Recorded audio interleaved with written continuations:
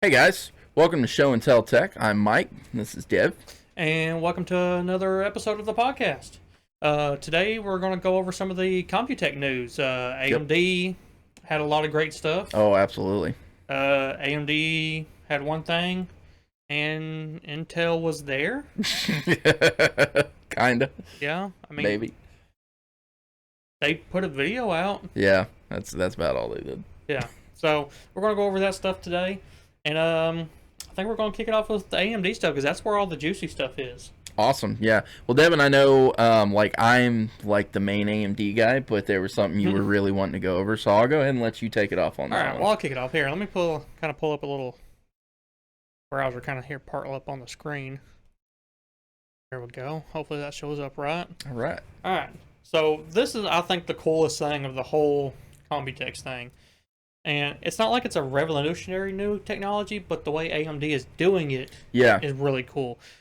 Basically, if you know about AMD's new Ryzen CPUs, the way they did it, instead of doing one big CPU die with everything packed onto it, if you were to take that metal heat spreader off of the CPU, you would actually see little chiplets on the die, and kind of like what we're looking at here, just little chiplets and whatnot.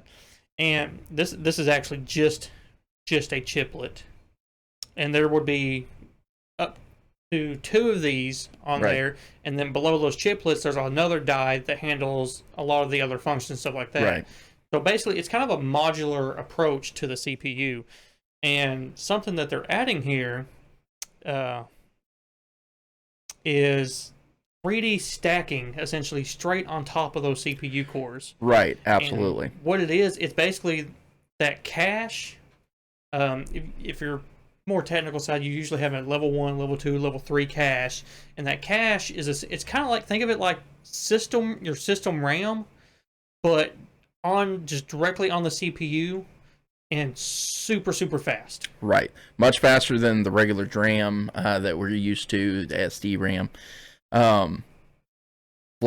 It's what allows that CPU to go through all of its functions, do all the calculations as fast as it can. Right. So basically, the cache ends up, getting the information from the memory, which the memory got the information from the hard drive. Right. It's kind of like a almost like a tiered storage system. Right.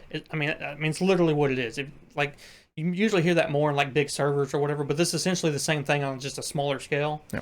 And so it pulls all that information that the CPU needs into that super fast cache, so it has that information ready so it can crunch the numbers. Well, instead of having to make these chiplets bigger to add more cache to it, they're stacking it on top of it. Right. It's kind of like it kind of mimics, a lot of technology mimics like us as humans. Whereas when you started getting high population areas, right, you needed to come up with more space, but you couldn't expand outside of a city limit. So you just start stacking levels on levels as far as your buildings go. It's like the same concept. Yeah, no, it's exactly it. So instead of having to make a bigger chiplet to, add more cache to it, right, just put the cache on top of it so you can still keep the same footprint, right, but just add a little height to it. And, when we're talking about adding a little height, we're talking like nanometers. Yeah, yeah. I mean, it's like any not really visible to the human eye. So if you kind of look here on this little image, they've got these little wafers, kind of clear wafers here on the side. It's just straight silicon that level out the chiplet level, because, like I said, that cache is what's right here in the middle. And so this will leave it flat, so it can get better contact when they put that heat spreader back on there. And from what they were talking about, is this shouldn't add any extra height. They think they can, shave down, the heat spreader enough to where everything would stay the same height. Right. So you keep cooler compatibility. Exactly. And so, kind of what they were talking about there was, let me find it in my notes here. It's literally no larger spec in length or width, and it's also, they have thinned down the new design on the dies and the manufacturing process. Right. So it allows it to share. You can stack those, and you can add a layer in between to help with of silicon to help with the cooling and the process transportation. But it doesn't emit any more heat than it already did. Right. So, I mean, it's just pure benefit, essentially, is what we're getting at here. There's, like, no downside to, stacking it up this way from what we can see. And it's just going to give us, just a lot more cache. And the more cache you have, the more information your computer, the faster it can go. Your CPU can have set up and ready to go. So it's not waiting for that cache to clear and get refilled up from your RAM again. Right. So it's going to be just pure and benefit. It's just, we talk about this a lot on this channel. It's just that ever pushing more forward of less space but more power. Right. So yeah, I think this is really cool. And Intel did something similar to this, and you already see this at work. Is like your 3D memory. Right. When they say 3D, it's essentially just layers of memory stacked on top of each other. So it's kind of the same chips on wafer. Right. So it's kind of the same concept essentially, but on a different just kind of technology level. Right. So it's just something really cool that we're going to get a lot of benefit out of. They also had some benchmarks to go along with it, other than, after they introduced their new technology, it wasn't just like, hey, this is our new chipset, this is what we're going to do. They actually had some performance marks to kind of back it up. So they showed that as far as heavy workload things, so video production, things like that, things that are going to bog down your CPU as you're using it, it showed a 12% increase over their current Zen 3 chipsets, which is pretty good. Now, they also claimed they didn't really show a lot of things. Now, they did show the Gears of War 5 demo that went along with it that had a pretty good increase as far as frame rates go. But they claim that you can get up to a 15% increase on your gaming loads. Yeah, and I could see, there's probably some games that are going to see that kind of uplift on it. Right. Just because, I would see this more of a gaming kind of benefit because you're always needing to load in and load out assets and stuff like that. Like, for productivity, like you said, that you're probably going to see a little bit of gain, but that typically, it's such a large file set, you can load so much of it anyway. Right. That's why you're going to see some benefit, but maybe not as much, and that's why I think gaming may see more of a benefit from this. But like you said, I don't think it's going to be a huge gain. They're saying 10 to 15%. We'll obviously have to wait until people start reviewing these to see it for real. But I mean, any percent increase is better than zero. That's correct, absolutely. And when it comes to gaming, like we've said it before, and we'll probably say it a lot more. The more frames, the better. Yeah. And so if you can get 15% versus 12%, that kind of equivalates, so to speak. Right. Into going from like maybe 10 to 15 frames to going up to like 25 frames. So speaking of gaming and frame rate, why don't we just kick it on over to the next thing? Their their competitor that they're coming out for DLSS, which is right. Gotcha. Their FSR, the Fidelity FX Super Resolution. Right. Kind of a mouthful. Is exactly. Which is their competitor to the Nvidia DLSS, which is the deep learning super sampling. Exactly. So here's a little bit right here, kind of what they were showing. I don't know how good this is going to show up through the video here, but this is kind of what their pitch was for it, and it's kind of like basically what DLSS was doing. You've got different performance levels of it. Pardon me. And you've got, you can kick it way down, for your visual, the visual of it, you can kind of kick it way down, and get a lot more performance, but still kind of keep it looking good. Right. Or you can find that middle ground or whatnot, or just go straight negative if you've got the horsepower for it. Right. But I don't know. This looks interesting, and I'm kind of skeptical at the same time. Okay. We were talking about this before, but like it's going to be completely open source. Right, yeah, okay. So they announced that when they release this, it's going to be completely open source so that, other people can take the code and, make it work for their product. So that way, and it seems to me like they're doing that so that way they can be more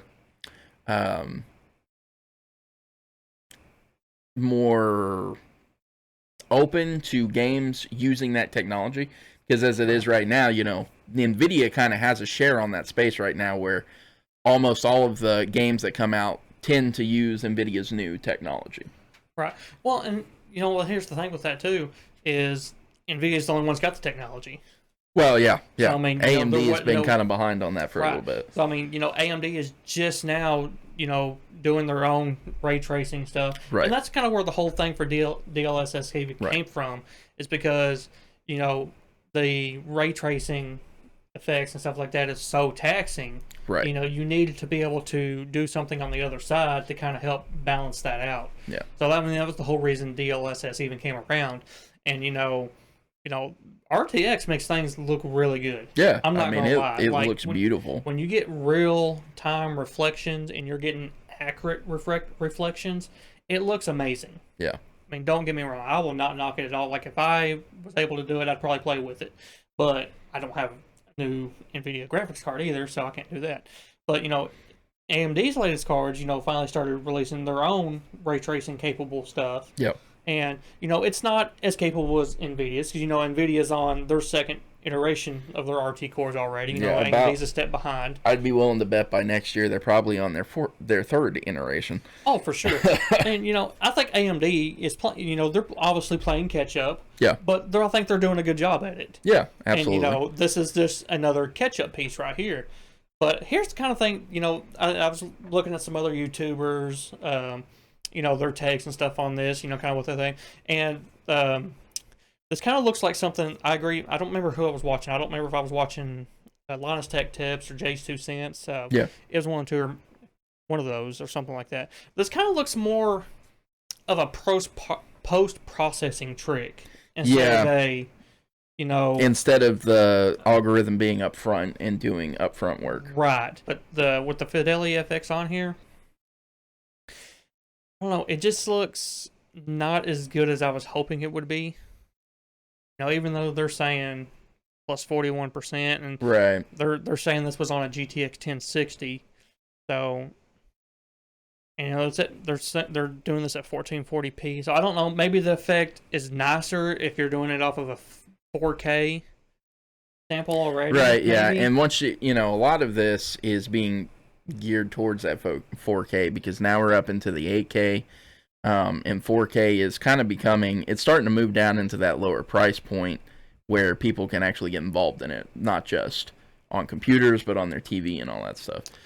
Right. So it definitely is probably geared towards that. Now, my only complaint about it is that, you know, that sample, that picture that they gave, it was kind of, not to say rigged, it was kind of different, because like usually when you have a side-by-side comparison, it's like of almost the same thing, right? So it's like a big open visual screenshot, and you can see where things come into play. That, it seems like that side is more mainly like shadow than it is rendering like an open scene. See what I'm saying? Yeah.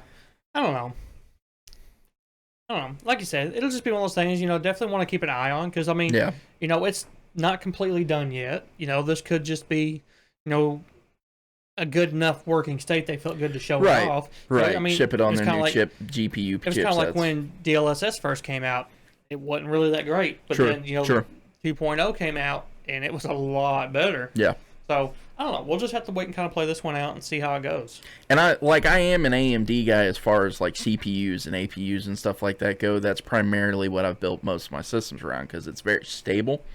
Now they're starting to come out now where they're like just creaming Intel as far as horsepower and everything goes.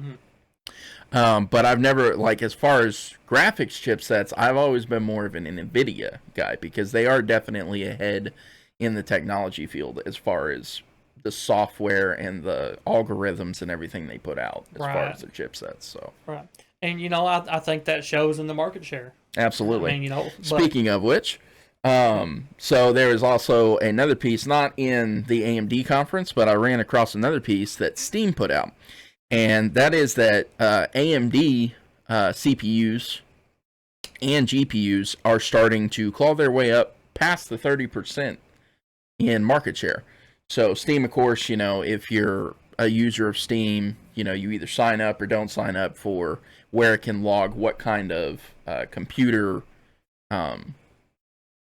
pieces that you're using in your PC. And so according to their marks now, AMD is up past the 30% mark. Yeah. And they kind of play that back and forth, you know, every few years. By few years, I mean like every 4 to 5 years. They kind of claw their way up and make something that competes with Nvidia, and then they kind of lax off as far as GPUs go. Right. For a while. I think we're on a different, you know, playing field now though, because you know, like even 5 years ago, what they have, like Vega 56 and 64, like you said, like they were kind of competitive, but they really weren't at the same time, kind of thing. But their new cards, you know, on their new architecture now, they are actually competitive. Yeah, and that's true. On the high end, is, you know, and that's where, you know, AMD always struggled. Yeah, they had, you know, good price performance, middle of the range cards. Right. They never did anything on the high end. And, you know, now they're doing on the high end. And like I said, you know, they're not up there yet, but they're catching up. Right, yeah. They're definitely in the stage of playing catch up. If you took like a 3080 and a 6800 XT, you know, those are the two cards that compete against each other. And if you just do standard, you know, non-RTX gaming, they're pretty freaking close. Yeah, absolutely. You know, they trade blows back and forth. You know, but obviously once you start doing ray tracing, Nvidia, that's where Nvidia's edge comes in. Yeah. They've got that, you know, locked in right now. So for now, and that, you know, I do agree with that point, and it's a very good point to make, you know, for now. Now, under the new direction of their CEO, who has recently come in the past, I think it's been 3 years now, that has gotten them to this point, it seems like they are now in that mindset that they want to make more forward-thinking positions instead of just staying that median of the road, let's make, you know, some solid money. They're more going into, well, let's make some cutting-edge tech now instead of just, you know, what we're used to. Right. So, you know, speaking of high-end graphics cards, Nvidia dropped their 3080 Ti and announced the 3070 Ti. Yep. Which the 3070 Ti is still not coming for another week. Yeah. And I didn't even bother to look up specs on that, 'cause honestly, it's just going to be a little bit of a bump on a 3070. Yeah. But the 3080 Ti, it's interesting, but still kind of in that who cares category. I mean, you know, it's pretty cool that it pretty much almost went bump for bump with the 3090. There was just a few core places where the 3090 like you know, really overtook it. Right, because I mean, if you look right here, it's got almost the same amount of tensor cores. It is way closer to the 3090 than the 3080. Almost the same amount of GPU cores. Almost the same amount of RT cores. The exact same ROs. Right. You know, the frequency is almost the same. It's got the same memory bus width. The bandwidth is almost there. And the only thing is, it's got half the video memory. So it's got 12 gigs instead of 24 gigs. So what that means, and I watch a lot of tech YouTubers, you know, obviously. Yeah. So like, we both do. Linus made a really good point on his 3080 Ti video. If you took a 3090, cut the VRAM in half, and were able to make two 3080 Ti's instead of one 3090, right, you can essentially double, you know, your inventory. Exactly. Which hopefully will cut down on some of the scalping prices, which realistically it won't until we get back up on manufacturing. Which is, you know, the situation we're in is kind of why this doesn't matter right now. But you know, I don't, you know, if you can, that's if you can even still get enough actual GPUs to pair with that extra memory you've got. Yeah. But I mean, I won't say this is a dumb move, because it's really not a dumb move. From a business point, that's a smart move. Yeah. Take your 3090, shave just enough off to say, you know, hey, this is not a 3090, and sell 2 to 1. Absolutely. And especially, it's like a win-win. And I feel like it's very market driven as well, which a lot of things should be. You know, you shouldn't always just be focused on tech. You need to focus on the market as well. And with such a shortage right now, it's really a good play. Right. But because of that shortage, scroll this just a little further. Look at that price. $1,200 still. Yeah, now I was definitely disappointed with the price point, but it is what it is. Now, what everybody was saying, the original price point was supposed to be $999. Right. And that would have smashed it. Yeah. That would have just because that's thrown the price, it out of the park. That AMD's 6900 XT's at. Yep. And this, it's just it would have killed it. And, AMD would have had to drop prices. There ain't no stock to drop prices on anyway. And right. Well, this is reflected here. And as soon as people can start taking pre-orders on these, like, they're going to be sold out, I'm sure, within 4 or 5 hours, because that's how the market is right now. Right. So I don't know, $1,200. I say it's a hard sell. Is it a smart move? Yeah, they should have done this. I think they should have done this earlier. They should have just done this instead of releasing a 3090 to begin with. But I get why they did it. Yeah. Because 8K TVs are making an appearance and stuff like that. So, Nvidia was wanting to jump on that. And that 30 marketing bandwagon with that. Right. And they also had a strategy of trying to appease both parties, right? They wanted to appease gamers, but they also wanted to appease the bit chain producers. And the 3090 was kind of, with the 24 gig, it was also kind of geared towards, you could get it and put it in, a gaming rig, but it was kind of more geared towards the blockchain producers because it had more of the memory in one CPU, so then they wouldn't buy a bunch of CPUs. But this is more what they called a Titan class. Right. That was the term they used, Titan class. This is supposed to be more of like a prosumer card. Right. This is for your your workstations, your video editing stations, stuff like that. It's what this is supposed to be for, because that's what that VRAM is for. When you're editing, 8K, 6, 8, 12K video, you need massive amounts of video RAM buffer. Yep. So that's really. But they even themselves said, this also goes towards blockchain. It was more, towards the people who needed a mass amount of memory, which blockchain was included in that. So speaking of which, this is supposed to have their Ethereum limiter on it, right? And everything.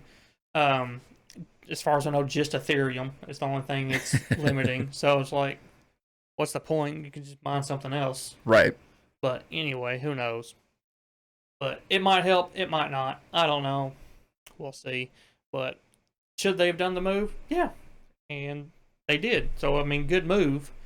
But a little too late. Yeah. Yeah. Absolutely. I can agree on the point that it is definitely way too late to be making moves like this.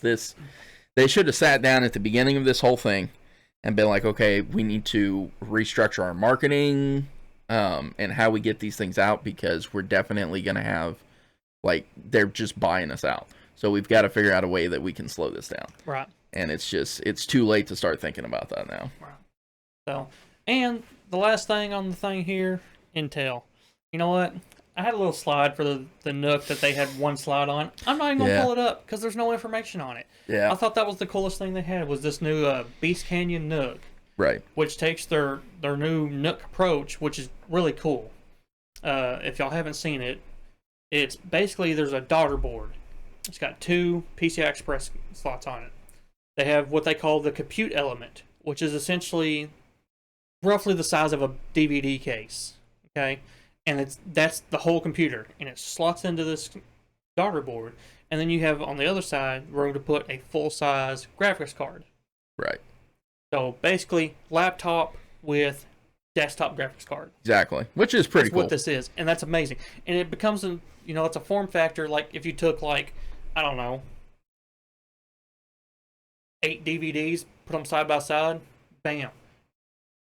You're talking full-blown computer, which is really cool. Yeah. I think it's a really neat idea. That sort of, hardware, that sort of processing power and hardware in, that small of a package, it's almost comparable to a desktop, right? Right. It's very close because, Intel's mobile CPUs have been pretty good. Yeah, absolutely. Which, part of this, their thing, they had 2 new Ultrabook variants. Right, yeah. Which, who cares? It is what it is, Ultrabook. they had 200 megahertz of frequency. Yeah. Which you're going to get for 30 seconds on one core. Ooh. It's just, I don't know. They dropped the ball. The coolest thing they had, they didn't even talk about. the new Alder Lake S 10 nanometer processors for the desktops. Yeah. That they're finally getting off of the Skylake architecture and Yeah. stuff like that. They didn't even talk about it. They're like, oh, I think they had like a laptop. It's like, hey, this laptop has one of these CPUs in it. Next. That's what they did. It made no sense. You have cool stuff, but you don't even talk about it. Well, I mean, it's Intel. You know, Intel's been a little odd as far as their marketing goes sometimes, even in the past. Yeah, for real. Like, they've got such great stuff. And I think a lot of it, and they do have good stuff, but I think a lot of it is kind of comes down to the old saying, resting on your laurels. They think they're going to have that space forever. But AMD is coming right up the back. Oh, yeah. Well, that's why they ousted their CEO and put in, the CEO now is what I think his name is Pat Gelsinger. Yeah. Which was a former CPU engineer. Exactly. So now you've got a CPU engineer in your head spot. I think they're finally going to start making some moves, hopefully. But you're still not going to see any benefit of that for another 3 or 4 years. Absolutely. It's going to take a little bit.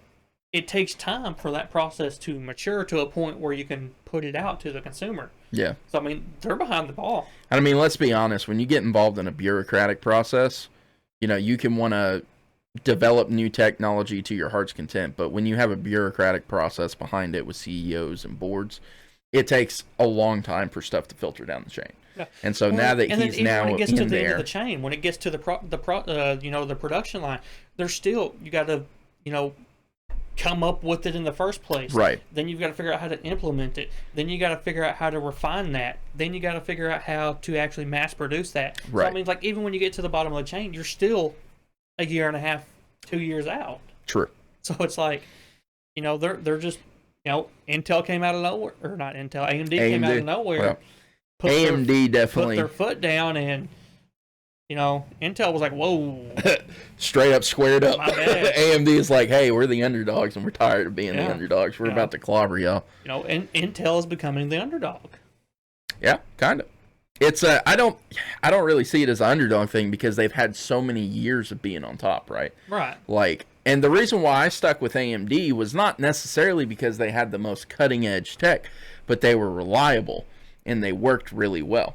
Whereas, Intel, I'm not saying Intel didn't work well. Intel had some other things that could arise from them, though, And so I just really liked the reliability of AMD. And so I'm hoping, now that they're moving into cutting edge tech stuff and they're really starting to square up to Intel, that they keep that reliability as they move forward with the cutting edge tech. Yeah, and I think they're kind of at that point where they kind of have to, because if they don't, it could ruin the brand name. Just put their foot back down. Right, They'll exactly. Take that step, one step forward, back, up to them, like, hey, yeah, we're still here. Yep. And if AMD, lets up even a little bit, I think AMD will take that step, or Intel. I keep getting them backwards.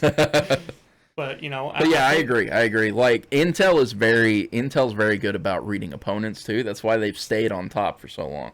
And so, like, if AMD drops in quality because they want to push so far, push farther forward in tech and pass Intel, then Intel will straight up move right into that sector and be like, no, we're the reliable one. Like, if you want to run something that doesn't go down, it's absolutely reliable, go with Intel. Right. And they'll just smack them from the back that way. So, I don't know. I think it'll be interesting to finally see where, all this stuff comes out. When, the supply finally catches back up to demand. And, you can get back on the innovating instead of just trying to supply what people want right now. So, I think it's going to be really interesting to see where that goes in a few years. Because Intel ain't doing it right now. Amen to that. I mean, and it is, as an AMD guy, it is kind of cool to see AMD finally step forward and make that swing, right? Yeah. And just knock it straight out of the park. So I'm very happy with AMD right now. So, and yeah, you know me, I just like tech. Yeah, absolutely. I rocked a 6700K for the longest time. Right. And then, now I'm rocking a 3600. I'm still rocking a FX 8300 back there. Anyway. Well, Like I said, I stick with AMD. But yeah, like I need to do. Actually, we could probably use this content the next time I get a little extra cash. But I need to do a motherboard upgrade and a CPU upgrade on that beast over there. So yeah, maybe we could do one of our own, like how to build PC guides. Yep. And because there's no way we can do worse than The Verge. Oh, you're right though. You're so right. There's no way. You've got a point there. So kind of shifting back to news. Tesla actually has just small little key piece. Tesla has said that with their new Tesla X and S models, Musk has decided he wants to cram a gaming rig into his new cars. And he has partnered with, or Tesla themselves have partnered with, shock, AMD, using their new Zen 4 APUs when they come out, which is the graphics and processor bundled to run the guts of what their gaming rigs are going to be in their Teslas. So just another little piece of AMD information there, going in all sorts of different directions. So I'm tapped out. Yep. But anyway, I think that's pretty much all there was. It didn't seem like there was a whole lot left.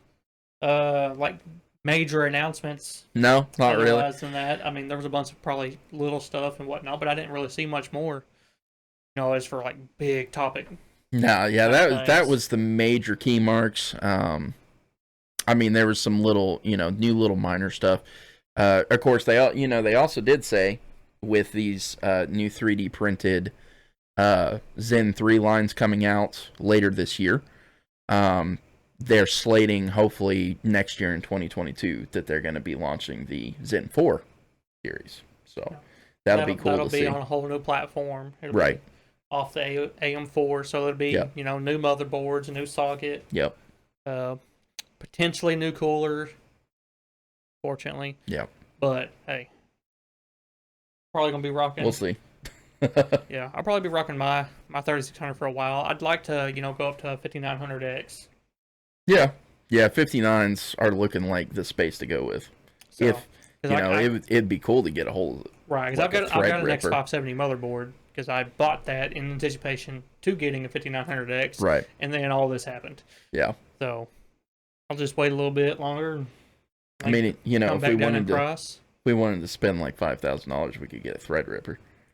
So anyway, yeah, no, I've actually got an interesting story to tell you about sometime on that. All right. So, but I think that's all we had today.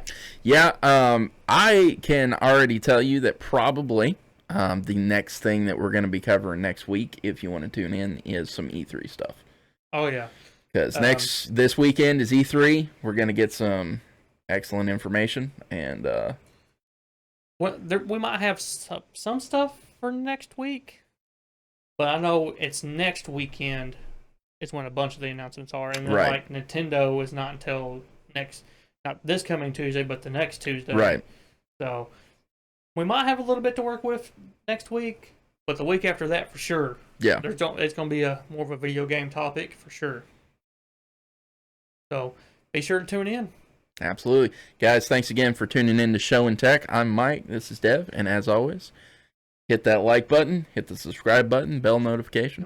And leave us some comments so we can have something to look at. Yeah, absolutely. Any type of content that y'all have questions about, and we're not talking about just people involved in tech, right? Like, if you have some questions about stuff, you're getting into tech and you want to know about some stuff, leave us some comments, send us some messages on the YouTube page. Let us know about some stuff that you want to see, and we'll be glad to go over some stuff.